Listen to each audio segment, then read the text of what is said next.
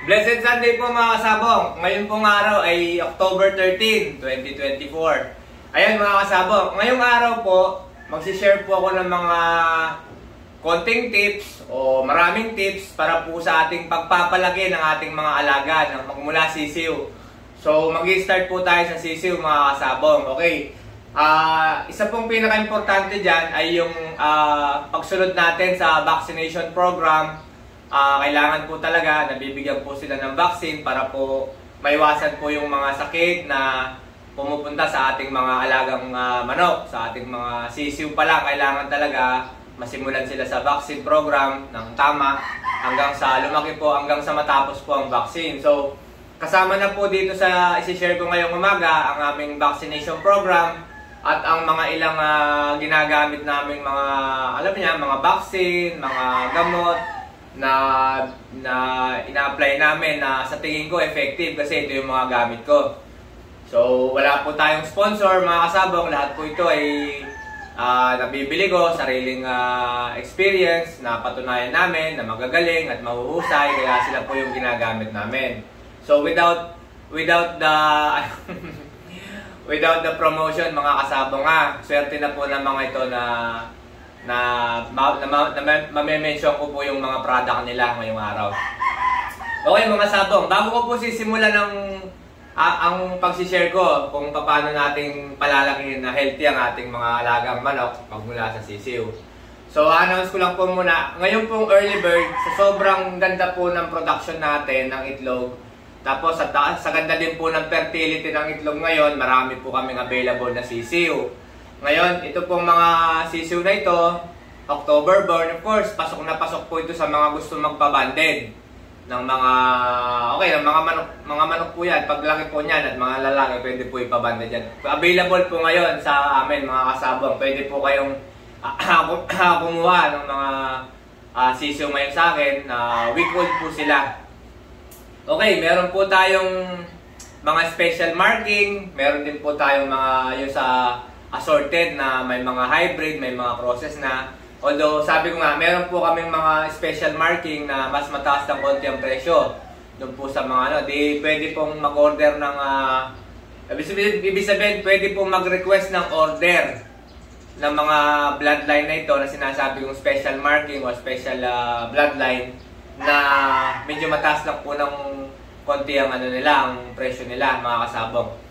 Ayan, so PM na lang po kayo regarding po sa mga sisiw natin kung gusto niyo po mag-order. Tapos papakita ko nga po, I think dito sa ating early bird naka-3 batch po tayo na marami. Okay, sobrang healthy po talaga. Tapos ngayon ang gaganda na po ng mga sisiw. Yung actually today po, papakita ko today yung second batch po yung naibaba sa hatcher. So nasimula na po silang mapisa.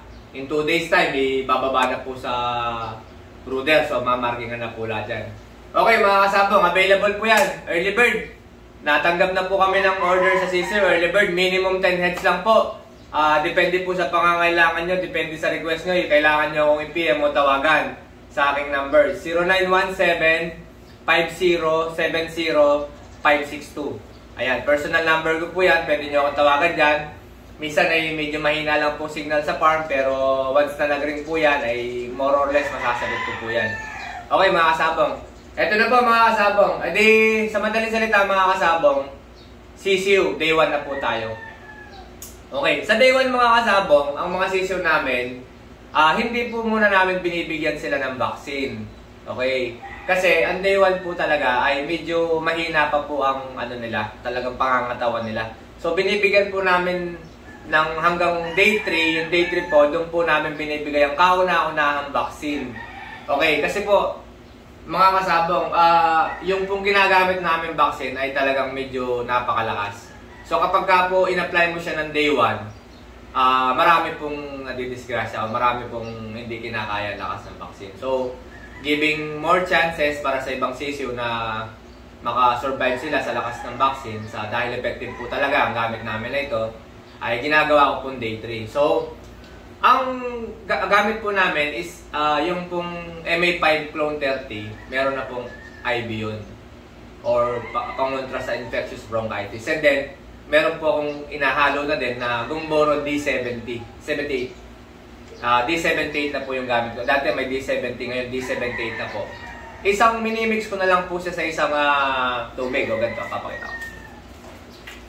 Okay, minimix ko na po silang pareha sa isang ganito. Ito po yung tubig nila, no? Diluent kung tawagin to, ha? Diluent. Minsan may plain lang ito, kulay blue, para malaman nung minsan sobrang dami kasing pinapatakan.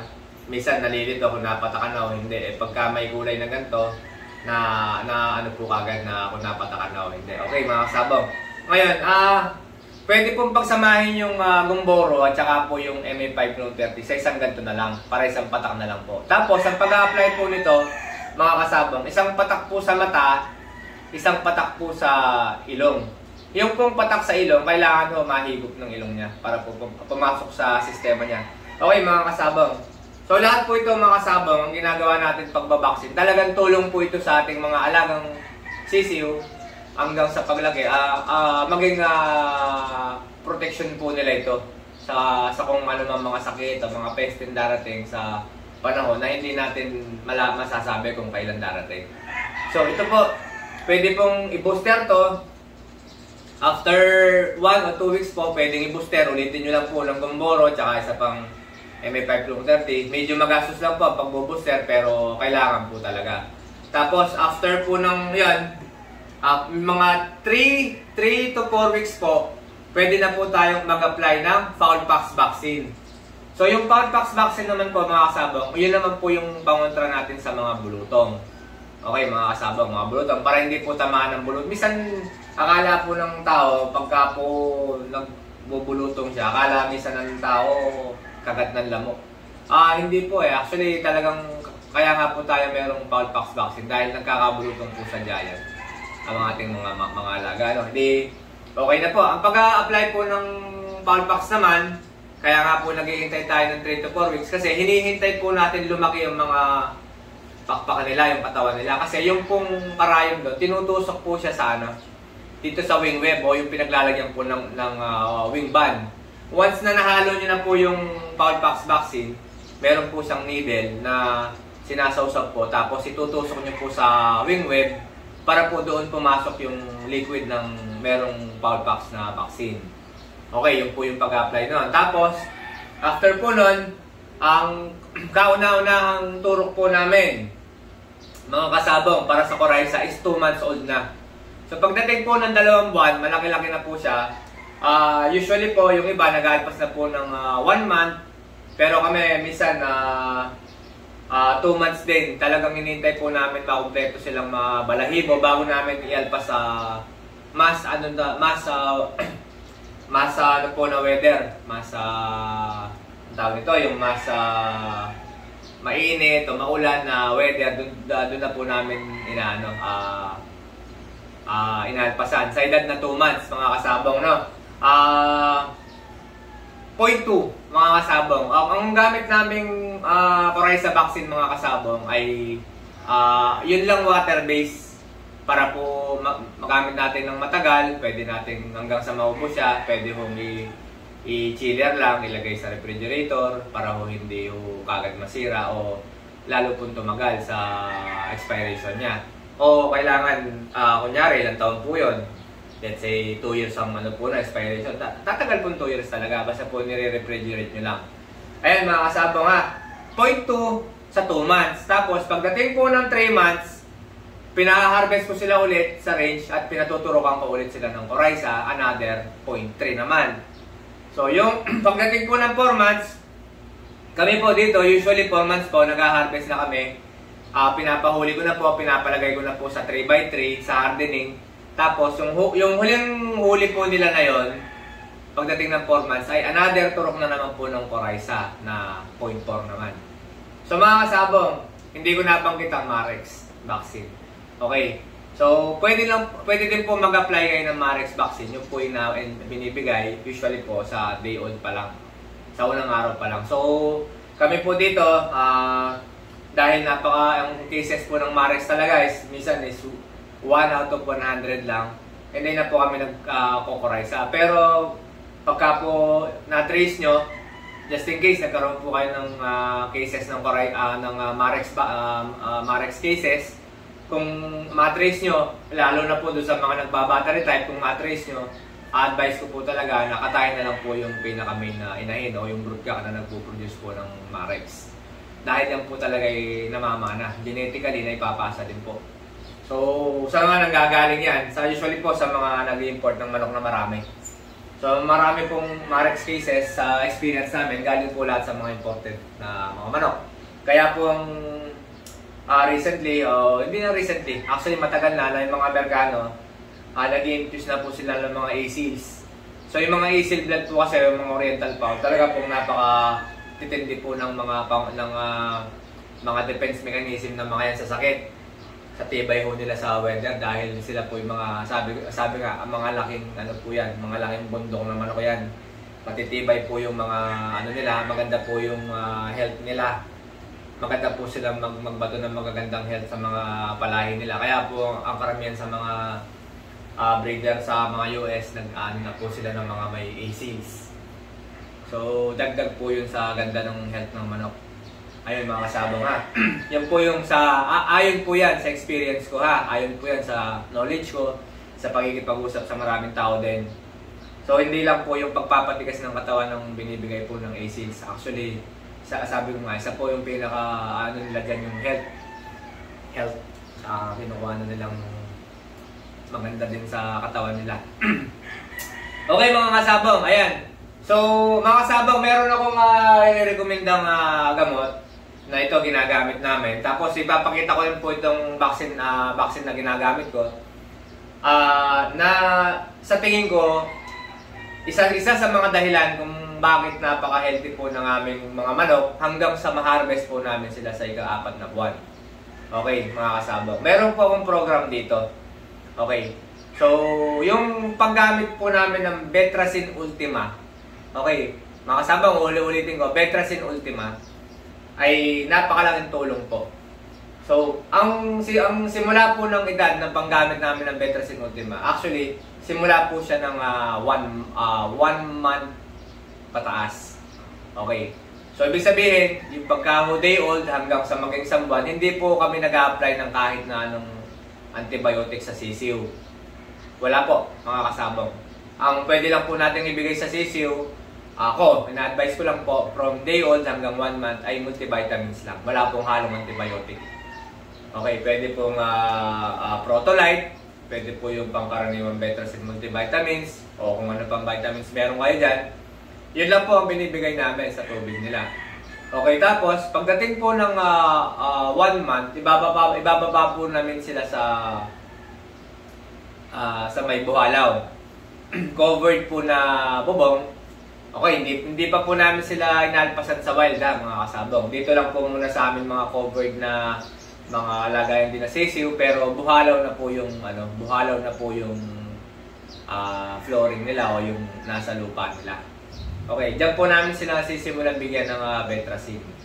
Kasi mawawala na po yung konting tulong nila sa ating mga ilaw, sa brooder na may konting tulong yan sa mainit na ilaw yan Pagka po day old yan, ang mga ilaw po namin sa brooder may kasama pong mainit yan Kapag po gabi, sinisindi yan hanggang madaling araw para pagka po lamigin sila, lalo na sa mga lugar po na malalamig, mga matataas, medyo malamig po. Kapag nilalamig ang sisiw, eventually lalapit po yan sa ilaw na mainit o yung may heater na brooder para po mainitan sila ng konti. Tapos, pagka po paliwanag na, tinatanggal na po namin yung mainit at ilaw na lang na puti para kita naman nila yung mga patuka nila, kita nila yung ino-open namin ng mga kulungan nila para po malinag ng liwanag. Okay, so pagdating po sa 1 month, mga kasabong, binababa na po namin sila sa mas malaking brooder na may buhalaw. So doon na po sila mag-start magkaskas ng mga panila sa buhalaw, magtuka-tuka ng kung ano. Doon na po namin sinisimulan bigyan ng Betracin dahil wala na rin pong mainit na ilaw yun. So 1 month old po yun, mga kasabong. Ang programa po namin sa Betracin Ultima, mga kasabong, is 1 week, 7 days meron. Okay? 5 grams lang sa isang galon po. 5 grams lang sa isang galon po. Tapos, 1 week wala. So, alternate po. 1 week na meron, 7 days. Tapos, 7 days po na wala. So, hanggang sa ma-harvest po yan, mga kasabong ng 4 months. Okay. Mga kasabong, magastos. Napakagastos po. Napakamahal po nun, mga kasabong. Pero, ginagastusan ko po para po hindi kami nagkakaroon ng sipon. Okay, ilang taon na po nagbabanded dito ang aming mga team sa asosasyon namin dito sa Quezon. Lagi pong kapag darating dito, wala po sila makikitang kahit na isang may sipon. So, isa pong sign yun na yung mga alaga nyo, usually naman, pagdating po ng 4 months, malakas na po yan, hindi na rin po nila kakailanganin ng Betracin. So hanggang sa mabigyan na po sila ng mga supplements na multivitamins, pagagandahin na po ang katawan, lalagay na po sa conditioning, at saka na po tumatanggap ng mas maraming vitamins. Saka po lalo pag gumaganda ang pangangatawan nila, lalo pong gumaganda po ang health nila, mga kasabong. Okay, ayan po mga kasabong. Pinakamagastos po na part talaga yung Betracin Ultima. Tapos may mga cases po ako dito na minsan ang hirap pong hanapin, pero nakaka-order po. Kahit po sa online, kahit po sa Lazada, kahit po sa nakakabili po na ngayon yan pagka po wala kayong makuhang stock sa mga poultry supply. Kasi usually ang mga poultry supply po, meron po yan mga nakasashay lang. Kaya lang, papapamahal po tayo pagka nakapakete yung binili natin. So halos, pag pinagsama-sama mo po yung pakete na yun sa 1 kilo, ay halos doble po ang presyo. O nakadalawa na po kayo ng isang nakakanister na kung 1 kilo po siya. Okay mga kasabang. Ito, papakita ko lang po yung unboxing natin ng MA5 Low 30. Tapos papakita ko po, kukuhanin ko po yung Betracin Ultima para po mapakita ko sa inyo.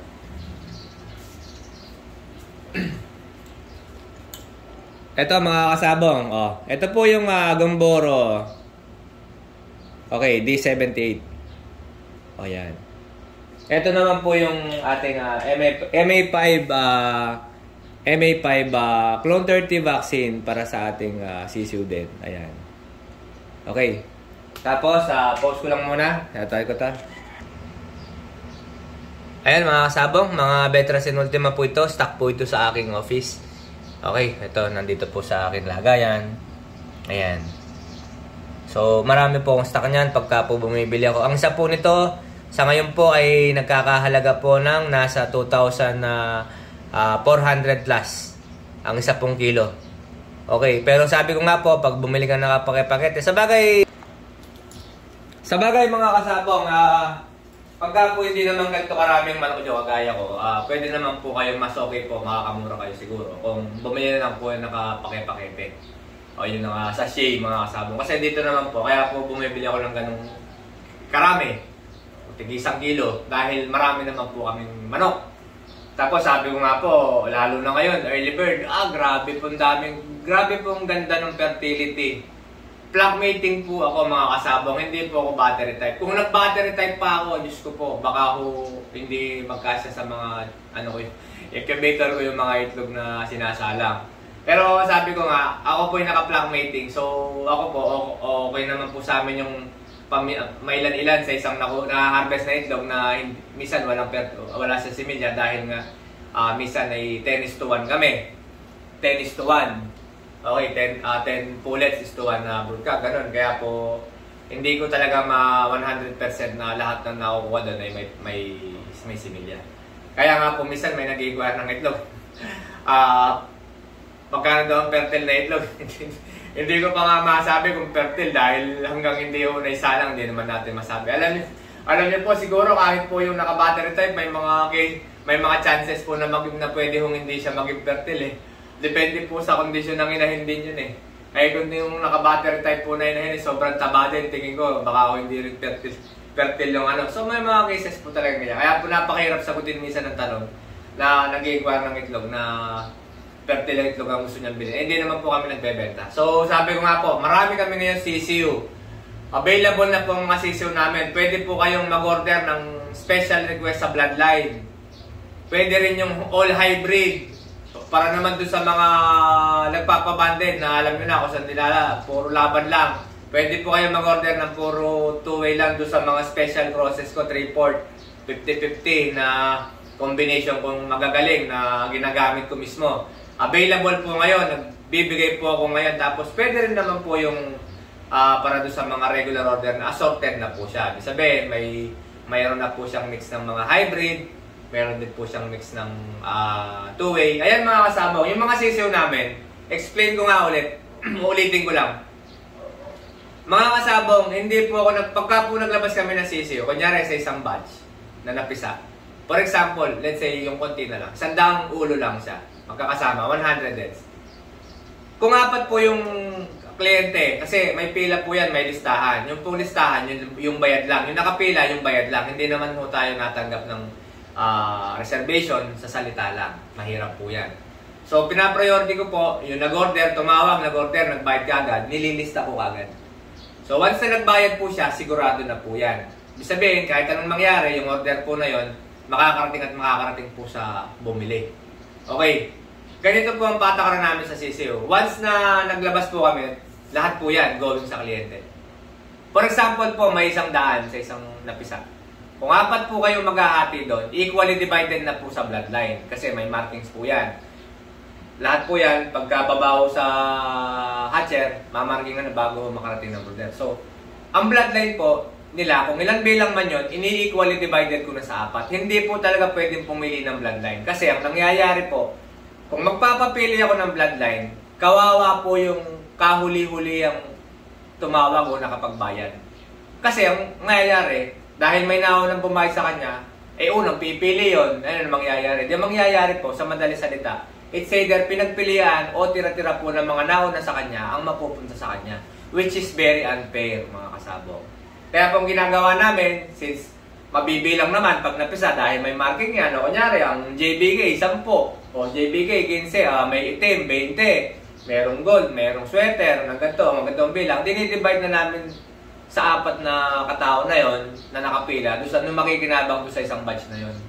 So, para lahat po nabibigyan. Ngayon, sabi ko nga po, dito po, may papangako ko lang, kahit ano pang bloodline ang mapunta sa inyo, ay sigurado pong maayos yan. Hindi naman po kami magbe-breed ng bulok ng manok. Sa panahon ngayon, sa taas po ng patoka ngayon, pag nag-breed ka ng bulok ng manok ngayon, ikaw po ang kawawa dahil wala mang bibili sa manok mo. Hindi naman nila dahil mahirap manalo pag mahinang manok. So, ang nagpapanalong manok, ibig sabihin, magagaling po yan. Kaya po nagpapanalong mga manok dahil magagaling po yan, magaganda po linyada yan. Ayan po yung importante dyan. Nga sabi ko nga, maraming klaseng bloodline naman na ngayon, maraming breeder naman na ngayon. E di sabi ko nga, kung sa tingin nyo, nandun na swerte nyo, okay lang po yun. Okay lang po yun. Wala pong ano dito, hindi po kami, ako po sa pagbablog ko, hindi po ako nagme-mention o nag-ano ng ibang tao para lang makabenta. Kaya nga ako sinasabi ko, kung sa tingin nyo, doon kayo nagpapanalo, okay lang po yun, mag-maintain po kayo. Pag sa tingin nyo, minalas-malas na kayo, tsaka po kayo lumipat sa ibang breeder o tsaka kayo sumubok sa ibang breeder kung sa tingin nyo okay yung magiging record nyo. Ganun lang po sabong kasi meron talo at may panalo din naman po yan. So sabi ko nga, para sa akin, isang breeder na laging nakatutok sa mga manok, ako po, hindi ako tumigil. Ang inyong lingkod, hanggang sa ngayon po, magaganda na yung mga bloodline ko, ang gagaling po ng mga linyada ko. Hindi ako tumigil, hindi pa rin ako tumitigil sa kakahanap ng magaling na manok para lang may dagdag pa at may infuse pa sa aking mga present na alaga manok para hindi po tayo naiiwanan, para lalo pong sa pagaling. Hanggang sa matchin po natin ng satisfaction ng kliyente. Hindi satisfaction ko, satisfaction ng kliyente. Ibig sabihin, 80-90% winner ang mga nakakuha. Satisfaction po ng kliyente ang ating laging pinag-iigihan dito. Kaya nga po tayo nag-aaral ng magagaling naman. Okay mga kasabong, sa mga bloodline ko naman, okay, mamaya po papakita ko po pala yung sisiw, no? Mga kasabong, papakita ko po yung mga sisiw doon.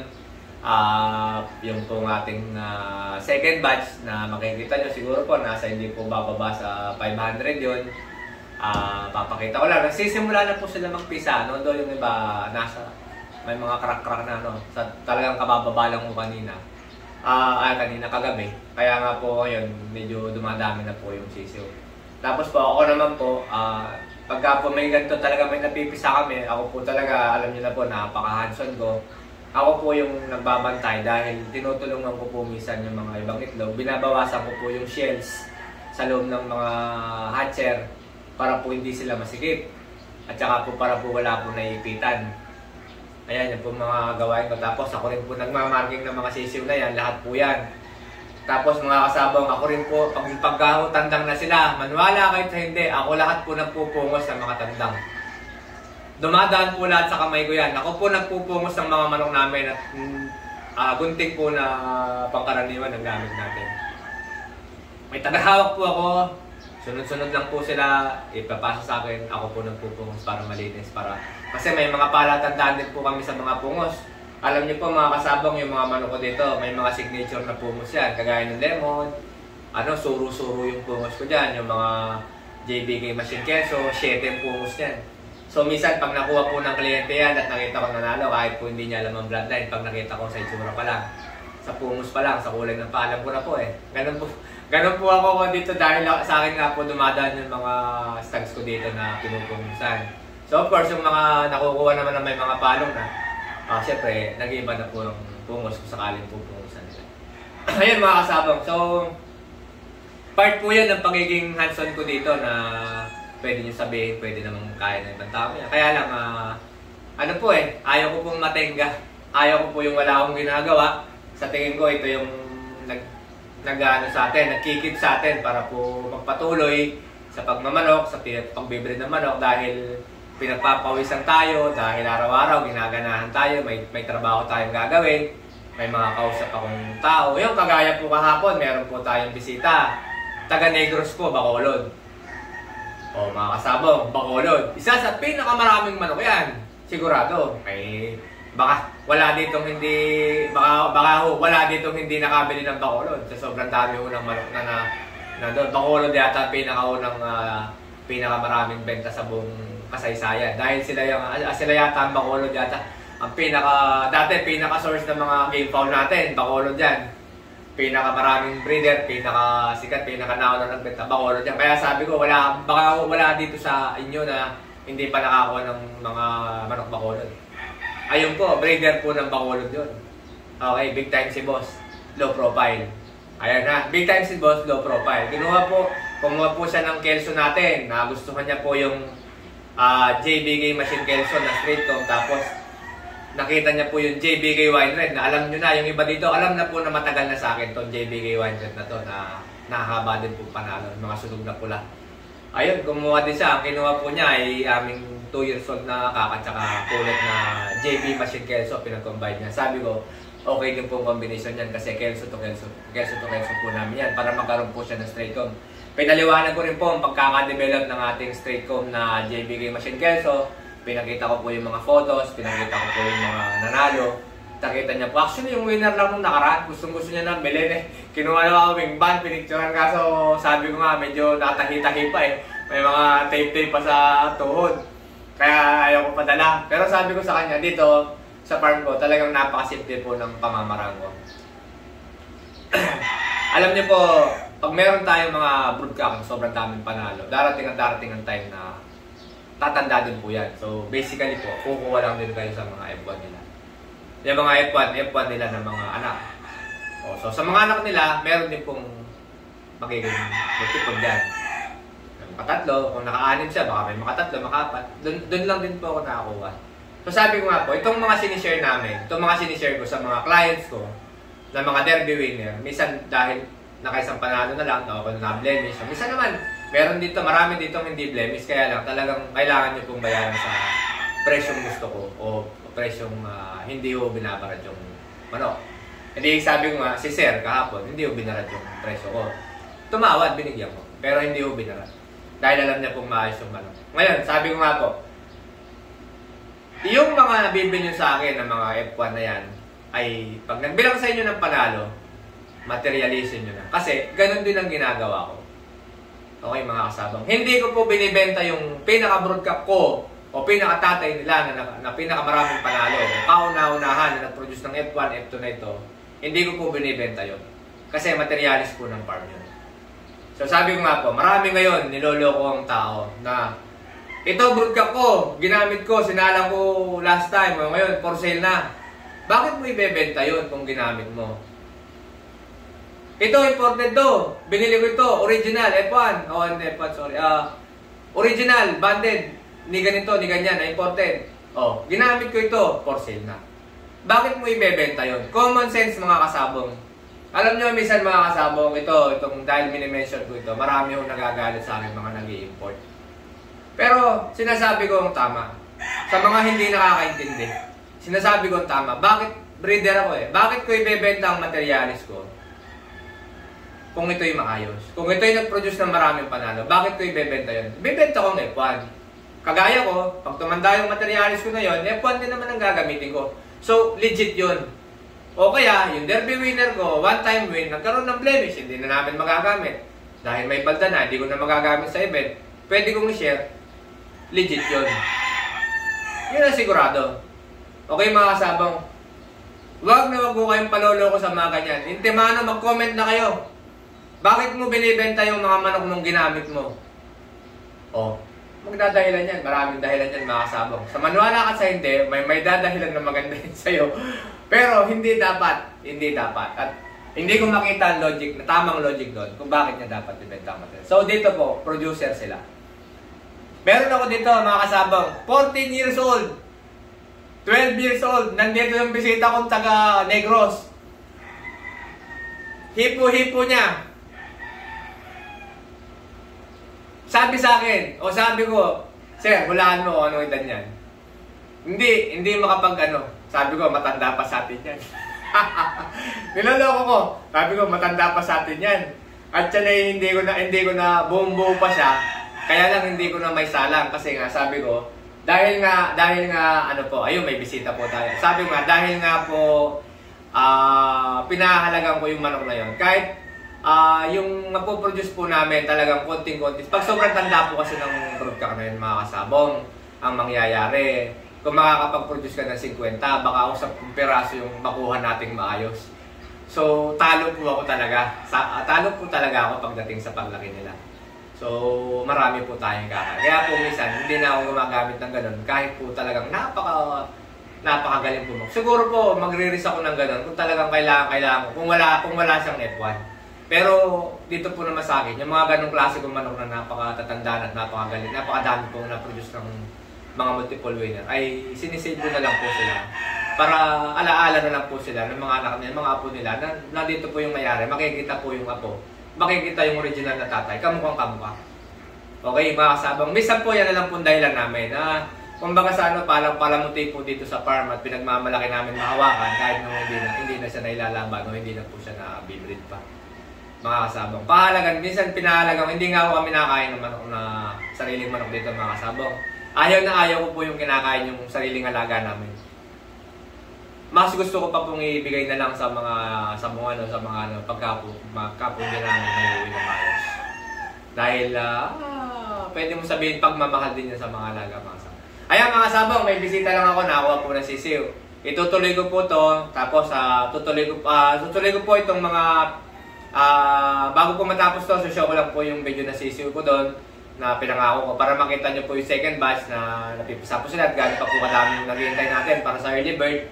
So yung pong first batch, okay, mga kasabong, yung first batch, ubos mga kasabong, first batch ubos, 500 plus po yun. Meron pong natira, meron pong mga available ngayon na sinasabi ko, yun na lang pong mga special blend ko na pwede nyong ma-acquire, na pwede nyo ma-request. So, kunyari, may special request kayo sa mga blend. Yun na lang po pwede namin share. Yung po mga tagwa 1K, yung tagwa 1K na naubos po talaga. So, second batch, marami na po naghihintay. Hopefully, mag-message na lang po kayo kung gusto nyo po maka-acquire. Mag-message na lang po kung gusto nyo maka-acquire ng sisiw sa amin.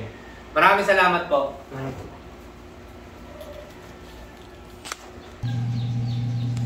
Okay mga kasabong, ito na po yung last part natin sa video. Ito nga po yung mga napipisa na Ito po yung hatcher natin. Ayan mga kasabong. Okay, naibaba lang po sila kagabi. Ayan, no? Simula na pong nagkakrak ng mga itlog. Ayan, no? Ayan, simula na po nagkakrak. Simula na po napipisa, naglalabasan. On schedule po sila. Ayan, no? On schedule po sila. Ito po yung second batch pa lang mga kasabong. Ayan, marami po yan. Ayan. Okay, marami po yan mga kasabong. Ito, puro white ito. Puro white. Ayan, puro white yan. Yan. Okay, ito po yung third batch na nasa nasa 700 po. Okay, ang isang tray po na ganito 42 po yata ang isa, bali ang isang mahaba po na ganito 342 126 ang isang mahaba po na ganito. Okay, nasa 700 po ito. Ayan, 700. Pito din po tray yan. Pitong tray din po yan. So itong sana ito ay isang batch dito na nakahiwalay na. Okay, ayan. So ito po yung third batch. Mga kasabong, ito may kliyente nga po ako dito mga kasabong. Sasama na po namin para malaman yung may nakakuha si issue dito. Kasi sold out po eh. Ayan partner, i-zoom out lang kita na. Ayan, ito. Sir, taga saan ka? Ayan. Ayan, taga Nasugbo. Sir, anong order mo? Sisiu. O yan, sisiu. Sir, ilan, di ba ang minimum ko, ilan lang? 10. O, 10 lang. So, makakabili po talaga dito kahit, mga kasabong, kahit po small time lang. Sabi ko nga po, magaganda po yung mga linyada. Ito, pupunta po kami doon sa likod. Ayan, ganda. Titingnan na doon mga sisiu. Papakita ko yung mga ibang batch na sisiu naman. Ayan, ayan mga kasabong, ito yung mga special natin. Mga special blend natin, no. Yung pinapakita ko yung mga yan. So may mga 3/4, mga 3/4, yan. Tapos meron yung mga hybrid po, mga hybrid naman yan. Yan. Ano na po sila mga kasabong, malalaki na po sila dahil nasa na po sa 1 week old pataas. Ayan. Ayan mga sabong, ayan. Mga special blend po ito mga sabong sa gustong sa may gustong mag-request lang ng purong hatches, purong John Bishop, purong gold yan. Yan lang po, yan po mga nakaano sila. Okay, yung nga pong 3/4 yung isa sa pinakamarami na para dun sa mga naglalaban naman po yun. Yung 3/4 na black, 1/4 po na blues, yun po yung isang pinakamarami dito. Nasa hundreds po ang pwede nating makuwang ganun.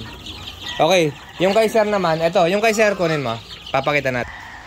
Ayan, si sir, ito na po ang order ni sir. Napapakita ko lang sample na. Ayan mga kasabong, ito yung typical na sorted talaga. Meron siyang black. Okay, meron siyang blues, meron din siyang white. Meron din po dito, yung mga pula na yan, may John Bishop, tsaka hatches. So, pagka po 10 heads na ganito, ito, may dagdag pa ito, 11 to.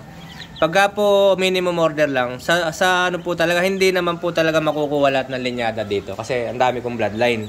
Sabi ko nga, sa gray lang namin, 3 kulay, 3 klase na. So, yung pong 10 heads pataas, talaga pong yung po yung nakakakuha ng almost lahat ng aming linyada sa farm.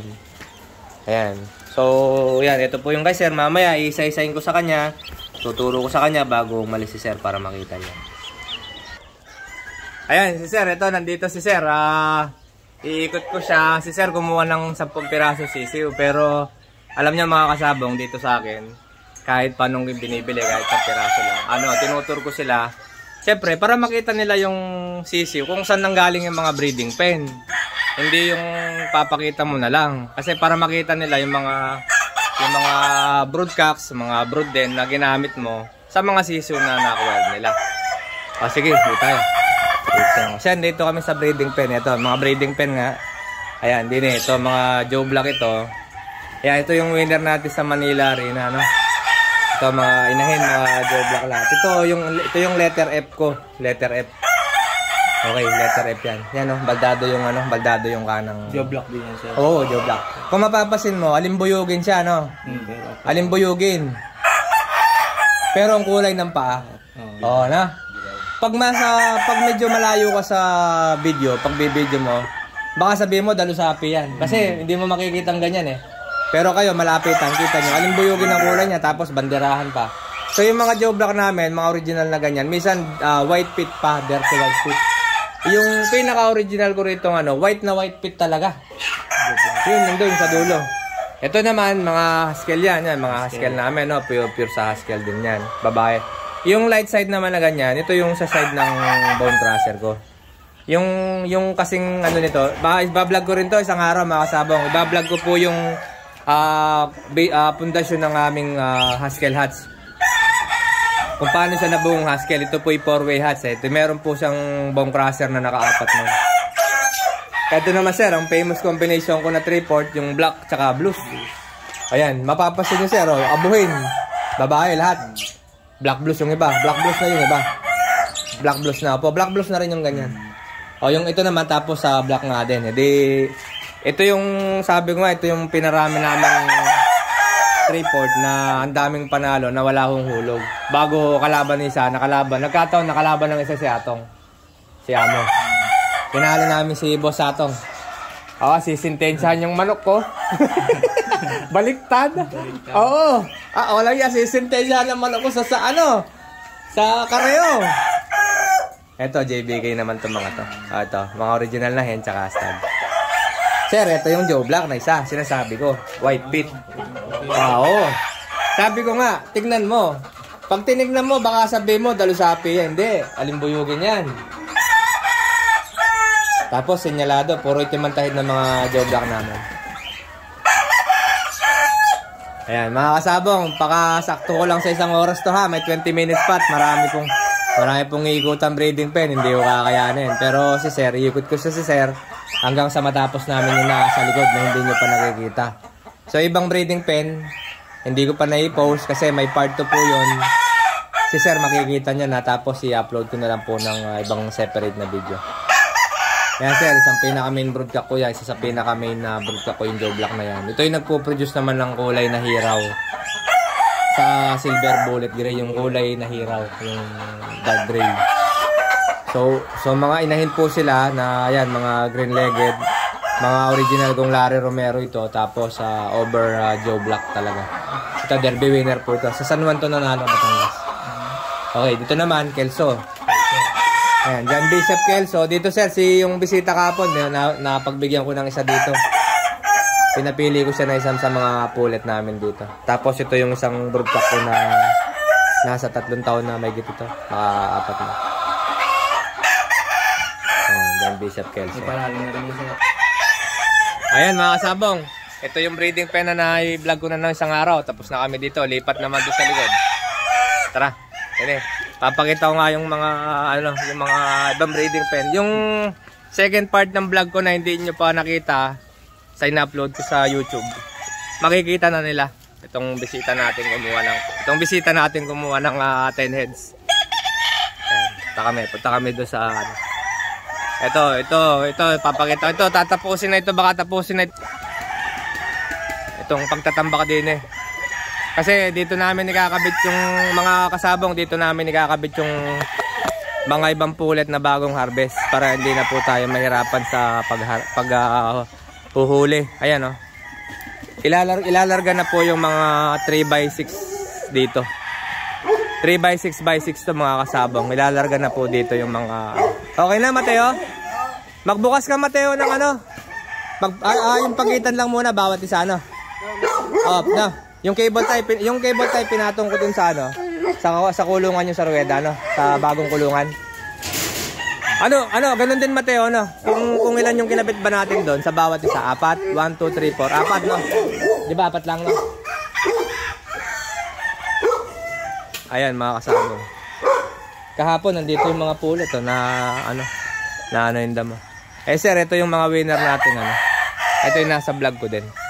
Ito yung mga pag maganda ng balahibo, tinatanggal ko doon. Tapos yung mga lugon, eventually yung mga lugon, siya yung tinatalian ko sa open para maulanan. Ito yung mga pasariwa na sila. Ayan, pasariwa na. Yan, kompleto dyan. May mga hatches, Rubio Gold, John Bishop, puti, Joe Black. Ang dami din Joe Black dyan. Ito yung sinasabi kong Ito yung sinasabi kong F1 nung kay AA Cobra Red Henny na winner na din. Okay, ito yung isa na yan. So kung mapapasin nyo yung F2 doon, Yun ang kamukha talaga ng tatay. Kaya lang naiba ko na yung galaw. Kasi ako mahilig ako sa mahilig ako sa malutang, yung angat. Malakas sa ibabaw, mahilig ako sa ganun. Kaya yun ang yun ang pinaganuhan kong matimplahan kung magawa ko siya. Nandun sila sa dulo na yun, papakita ko mamaya. Okay mga kasabong, dito kami sa breeding pen dito. Ito po yung ilan sa mga breeding pen na hindi ko pa na-vlog, na hindi nyo pa nakikita. Okay, kakat ko muna kasi nandito sila sir. Ako iikot ko siya sir dito. Ayan. Okay, tapos na naman kami sa isang mahabang breeding pen. Hindi nila nakita, hindi nyo makikita. Si sir nakikita niya. Sir, punta na dahil sa kabila. Anak ko, gusto na makita ng mga follower yung ibang breeding pen na yan. Hindi makikita. I-upload ko po yan. Mag-o kayong mag-alala mga kasabong. I-upload ko po yan sa ating sa second part ng ating video do sa segment na mga breeding. Ayan mga kasabong, nagpaligo. Ayan mga hinarvest po yan mga kasabong. Yan, bagong harvest, bagong paligo. Ito, pupunta po kami dito, papakita ko po yung mga, kasi yung nasa loob, karamihan po mga broodcocks na sila na walang mga blemish eh. Dito po nasa likod na po halos karamihan ng mga pangunahing broodcock na may konting sa paa. O yung mga nabaldahan. Ayan mga kasabong, ito nakikita nyo na siguro yung galing kay Boss Atong. Ayun, yun, nakita na ni Boss. Ayan, papakita ko yung AA Cobra na original na Henny. Ayan po, AA Cobra original.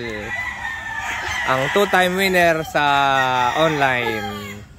Ayan mga kasabong. Baldado na rin yan sir. Ang baldado nito sa parting kaliwang niya, balikat. Ayan, nandito po ang ilang broodcock natin. Ayan, so itong bulig na ito, alam pa ng iba ito. Ayun, mga Joe Black na yan. Ayun yung JBK Wine Red na 6-time winner. Ayan, ito. Ayan, ito yung JBK Wine Red na 6-time winner. Ano pa siya, lugon pa. Ayan. Yung nakuha nung kliyente kahapon, yung 2 years old nito. Na anak, yung nakuha niya kahapon. Ayan, sir. Yung nakuha, nung kliyenteng taga Bacolod, si sir, nakuha niya yung anak nito kahapon. 2 taon lang yung nakuha niya ng anak nito. Kamukha ng tatay ang nakuha nito. Okay yan, may iba dito sir, mga ayan, mga Joe Black din to, bulag to sa mata. Ayun, yung mga nauna kong 4 marker gray, ayan. Ayan. Ito, winner din to. May mga tama sa konti ito, mga winner ko nito. Joe Black din yan. Sir, pwede mo kasi Abas, dito na, sige. Kahit na dyan, pwede na dyan. Sige, okay lang dyan. Ayan mga kasabong.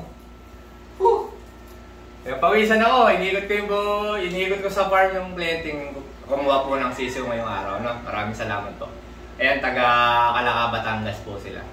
Okay, nakamotor lang pero sulit na sulit pong biyahe nila dito. Kahit po hindi naman kalayuan mga kasabong kasi ang Batangas dito ay halos kapitbahay lang din ng Quezon. Tuwan-tuwa naman po, dinagdagan natin ng isa at napasama pa tuloy sa vlog si sir. Ayan mga kasabong, pag may katanungan pa po kayo mga kasabong regarding po sa ating pag-aalaga, subukan niyo pong ma-message ako, basta po naman nakakita ko o sa tingin ko kaya ko pong sagutin ng tama ay sigurado pong mare-replyan ko kayo. Ayan mga kasabong, available po yan mga sisiw po namin, available po yan. Huwag po kayong mahihiyang mag-message o magtanong. Available po yan. Pinakita ko nga po yung mga magkakaibang bloodline, magkakaibang special blend. At saka yung sinabi ko na sobrang dami po kasi ng available ngayon. Kaya po nagbibigay na po tayo ng pwede na pong mag-special request sa mga order ng mga sisiw doon po sa mga special markings ko. Salamat po mga kasabong. Hanggang sa susunod na vlog. Thank you.